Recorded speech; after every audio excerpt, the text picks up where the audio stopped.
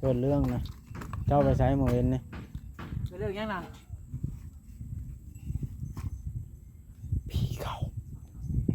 ผีเข้าเมียมาโอลิก็จะได้เมื่อกลาง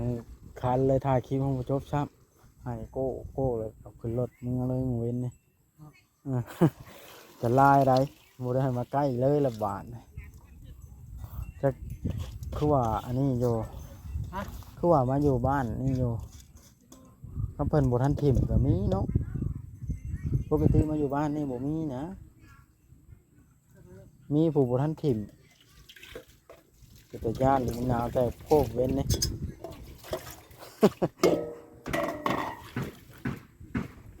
โหดปะนั่นเนาะ โหดนะ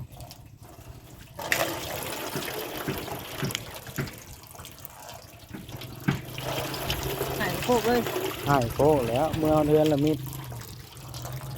อันนี้แล้ว ฮะ อันนี้แล้วอ่ะ บ่ไกลจากกันนี่เนาะแถวบริเวณหมู่บ้านนี่แหล้วเพราะว่าหมู่บ้านนี่มันหลายบ้านมาโฮมกันเนาะ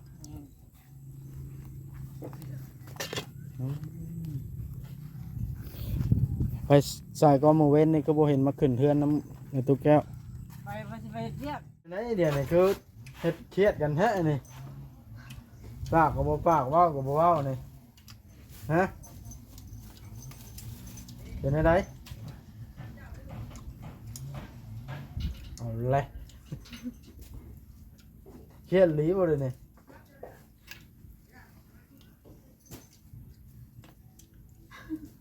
ฮะ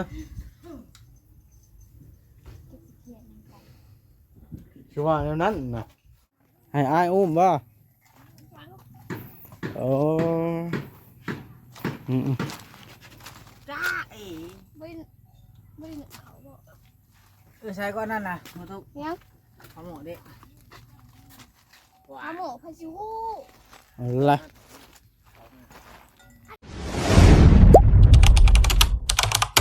อย่าลืมกดติดตามเพื่อเป็นกำลังใจให้ผมด้วยนะครับทุกคนขอบคุณมากๆครับบาทนี่พี่น้อยเปิดคลิปขึ้นเปิดภาพยามให้ยามแรง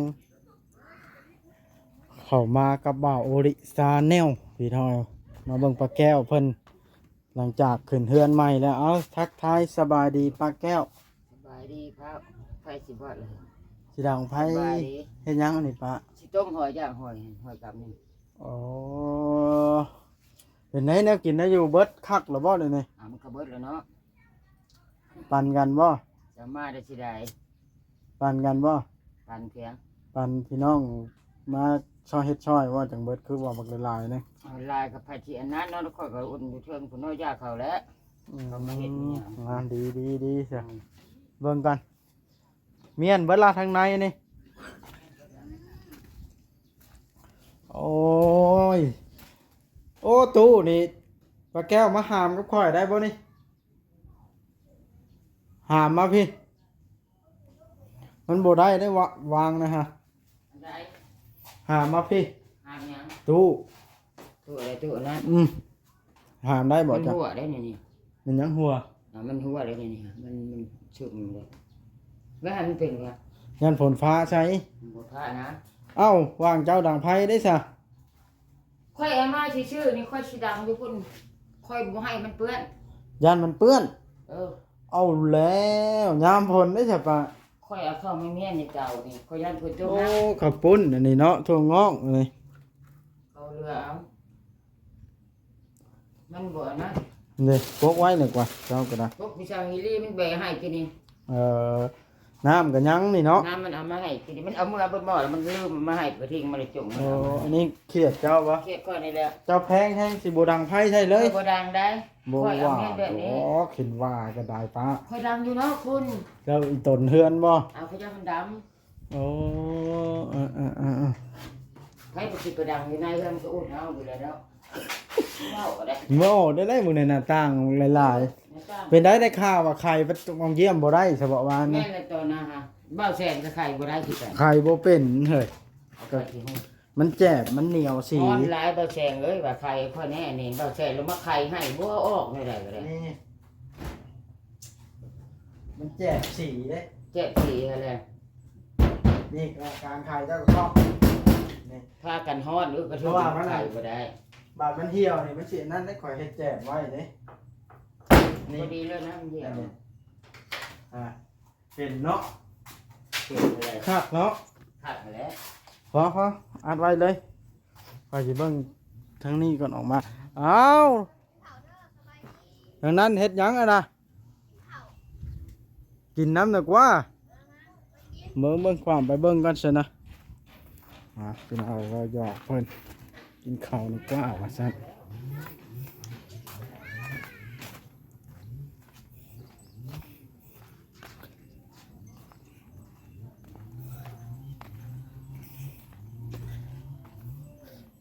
สบายดีน้องโอ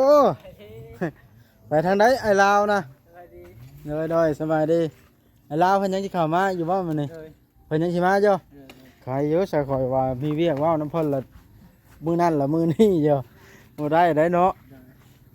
พร้อมมาแล้ว จักหน่อยเพิ่นสิเข้ามาซะแล้วข่อยสิไปถ่ายเจ้าเด้อเป็นยังนึ่งข้าวกินเองแล้วบ่เดี๋ยวนี้โอ้จักหน่อยข่อยสิไปเบิ่งซะนะ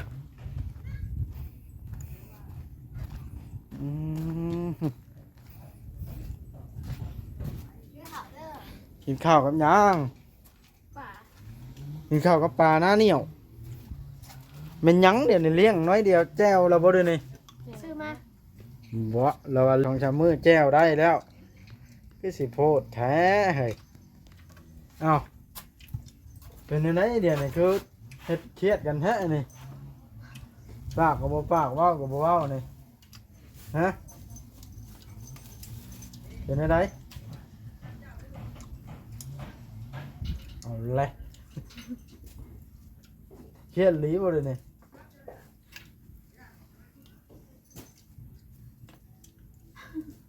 ฮะ เขียนยังไง คือว่าอย่างนั้นนะ คุณเนี่ยเรามีเก็บโต ถก เดี๋ยวเจ้าเมื่อจะยังบ่บอกกันมาบางเว้นเนี่ย โอ้ยข่อยพาเวียกบ่เห็นใช่ว่าแลนบุบบับบุบบับบุบบับเกิดเรื่องไผสิบอกเป็น แล้วเป็นยังก่อนบอก โอ้ยบ่เว้าแล้วขล โอ้อยู่เนาะ เราปวดสำบายในตนโตแล้วแล้วนะครับ ลุก อ้าวคนน้อยรับบ่ จะไม่ปุ๊กเอาเนี่ย เอา ปุ๊กเอา ยิ้มจำใช่แล้ว นะ โอ้สร้างเป็นห้าน่ะ วันกันบอกไม่ได้บอกเขาเลยเจ้า ไผ เจ้า โอ้น้องตุ๊กเอ้ย เป็นเนี่ยจะมากกว่าเรา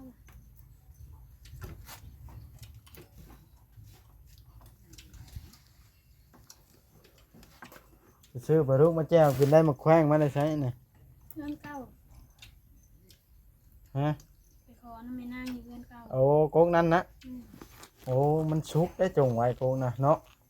จงไว้กับมันชุกถิ่มลายได้ขอยเห็นต้นนะเอากินใช่นะ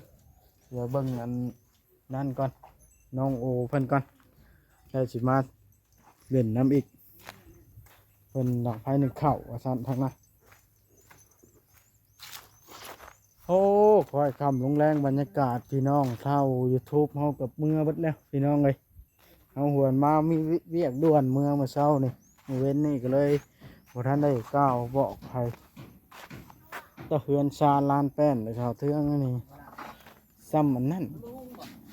ซ้ำอันนั้นเกี้ยงให้พอได้หยังมาเซอร์ไพรส์ไอ้เทืองนะ รางวัลคนขยัน โอ้ โซล่า ไม่โซล่าเซลล์ดีใจน้ำได้โซล่าเซลล์บอกเลยเพิ่นพี่น้องปล่อยเพิ่นสัมภาษณ์กัน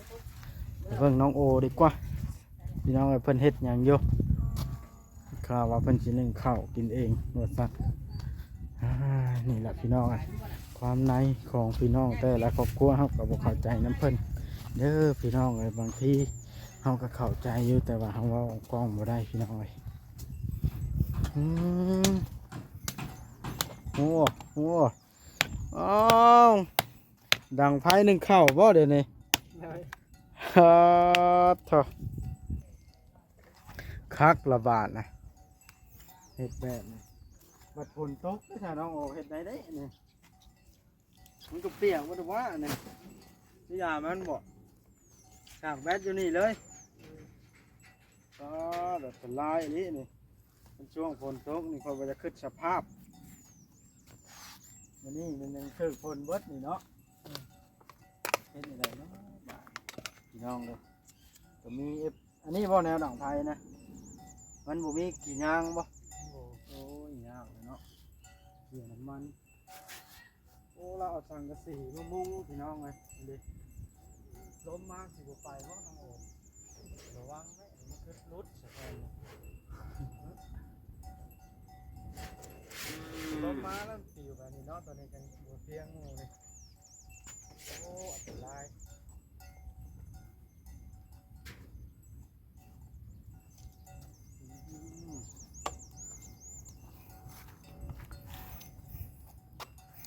หนึ่งข้าวกินเองแล้วบานมื้อแรกบ่หนึ่งข้าวกินเองนะ 2 มื้อละ สองมื้อแล้วอ๋อ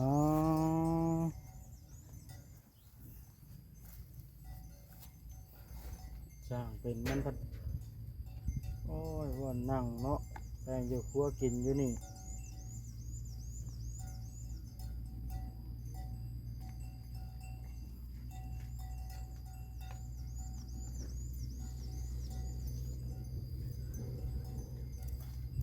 มึงนะ บ่าวบดคือแต่งตัวหล่อแท้มื้อนี้เฮ้อ โลนี่ไหนไอ้หากัดมาบ่เอาไปคอยบ่ได้แต่งตัวมื้อนี้บ่ได้ใส่ส่งขายาวซื่อๆเบิ่งเด้อเบิ่งก่อนให้ตีเบิ่งนี่ล่ะพี่น้องเอ้ยเพิ่นก็ได้สังกะสีมามุงไปว่าสูตรได้คันลมมานี่ขอย่านนี่มีแม่ FC เพิ่นก็คอมเมนต์เข้ามาหลายอยู่พี่น้องเอ้ยว่าเฮ็ดตูบก่อนเพิ่นว่าพอได้อยู่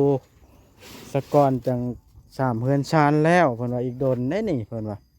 แม่นแล้วพี่น้องเอ้ยอีกดนพอสมควรอีกจักหน่อยก็สิเข้าหน้าฝนพร้อมได้นี่แฮงสิอยู่บ่ได้นี่พี่น้องฝนตกฝนลิ้นได้จักหน่อยนี่อ๋อคันสิเฮ็ดตูบคักๆอีกเพิ่นว่าย่านมันเบิดงบเริ่มกันพี่น้องคันสิอยู่กับน้องตุ๊กน้องแต้อยู่หั่นกับน้องบอยเดี๋ยวคือเห็นละภาพก็ได้พี่น้องเลยบ่อยากเว้าหลายให้เอาสำนั้นละ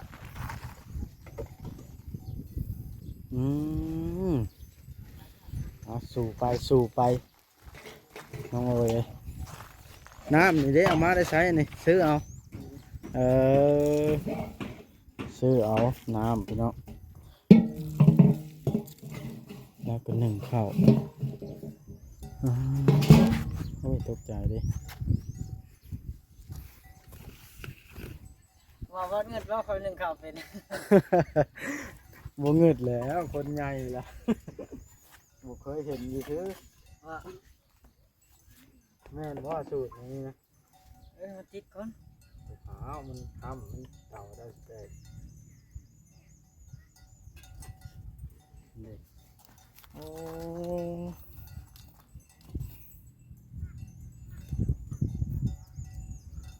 ต่างเป็นดีเนาะ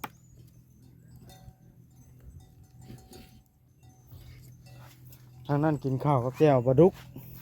บุไปกินน้ำข้าว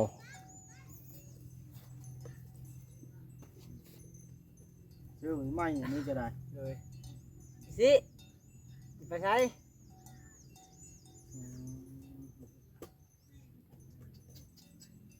มาเล่าเป็นซื้อมาให้ลองหนึ่งเลยพอดีวะนี่พอดีเนาะบุติดอีกแล้วโอ้ยบุมีนะจูดอ้อยให้เพื่อนที่หาเก็บถุงยางได้นี่เด้ตัวนี้ถุงยางนี่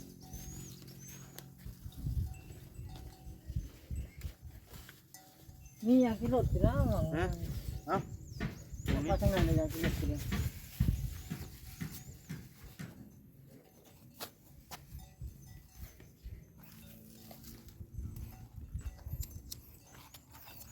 หานั่นหาเอาคู่ใจแล้วมาหนึ่งให้บัดแล้ว หลายปีแล้ว24-25 ปีแล้วสมควรแล้วเด้อนี่พังเบิ่งก่อนเนาะ เอาสิมันรอดก่อน คันเอาตัวเองบ่รอดไปสิมาอยู่นำเฮาเนาะ แม่น แม่นละสู้ไปย่างคันเฮาบ่มีหยังให้บ่มีไผเอาเบิ่งเลยผู้สาวก็ได้นะอย่ามันคอยสมทบไปน้องโอยคือสิรักผู้ใหญ่แล้วก็ FC ที่เพิ่นผู้ใจบุญเพิ่นก็สิทยอยสมทบมาผู้ละเล็กละน้อยคือทางแม่เพิ่นผู้อยู่เกาหลีนี่เพิ่นก็ยังสมทบมาแล้วชื่อเพิ่นก็ยังบ่ได้บอกเพิ่นยังสมทบคันว่าเพิ่นอยากได้อันหน้าตาเพิ่นต้องบอกซื้อเนาะอันนี้เพิ่นช่วยด้วยใจ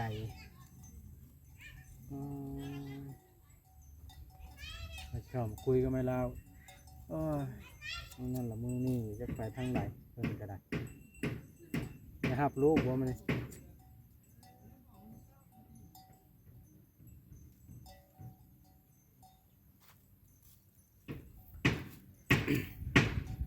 ไปคุยกับผัวน้องแต่แล้วบอกปากเป็นอย่างไร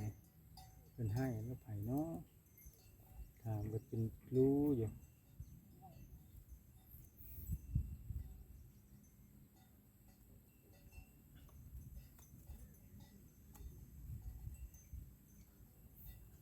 ใช้ละมาหรือไม่เริ่มมานะมาเข้าก็ได้ มาแล้ว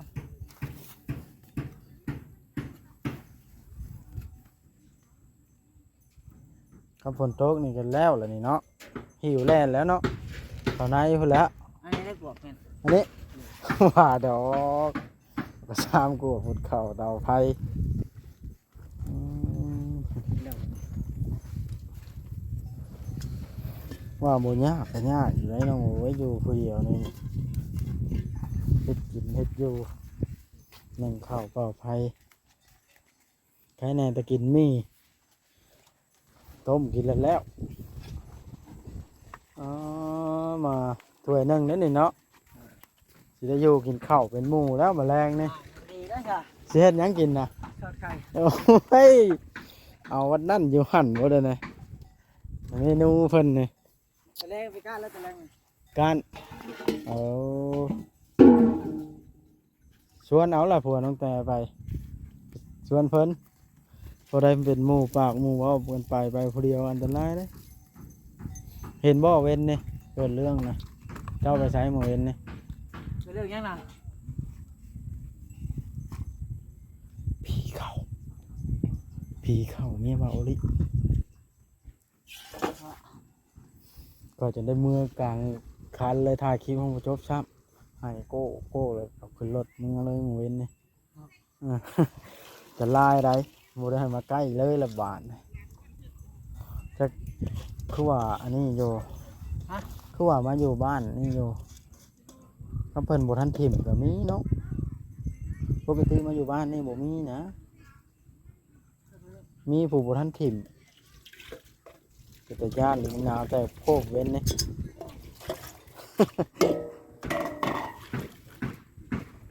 โหดปะนั่นเนาะ โหดนะ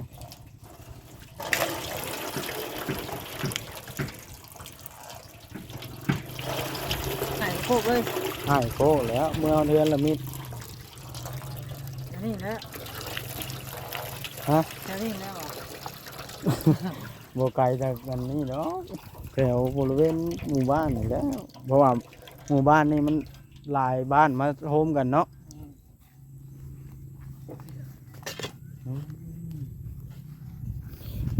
ไปใส่ก็หมู่เว้นนี่ก็บ่เห็นมาขึ้นเทือนน้ำในตุ๊กแก้ว ไปสิไปเรียก อืม หาหมอมาได้ไงวะ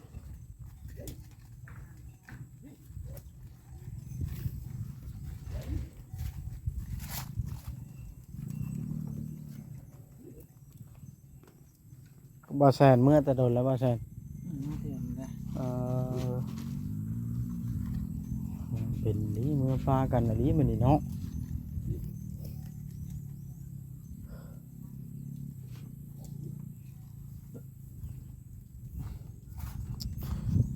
น้องเฮือนน้องโอจักเพิ่นได้อัน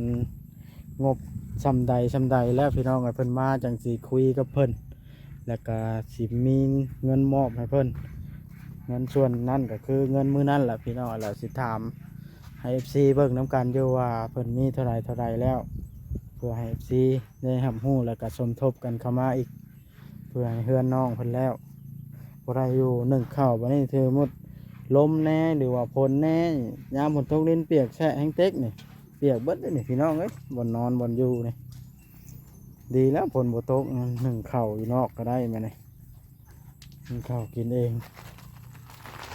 เตียงได้3หน้าและราวก็ได้กว้างเติบแล้วนี่โอ้ได้สังกะสีมาจากแผ่น1 2 3 4 5แผ่นตกโลดบาทในฝนก็ได้พี่น้องว่าสีหัวนะคือสียากอยู่ดอกโตนห่างเบิดเนาะนี่หม้อกระโตนห่างถังกระโตนห่างเคียงกระโตนห่างกินเป็นว่าลาบงัวจากมือให้เบาลาบซื้อละงัวมาสู่ลาบกินเราเห็นเคียงไหมนะ สิกาสิคัก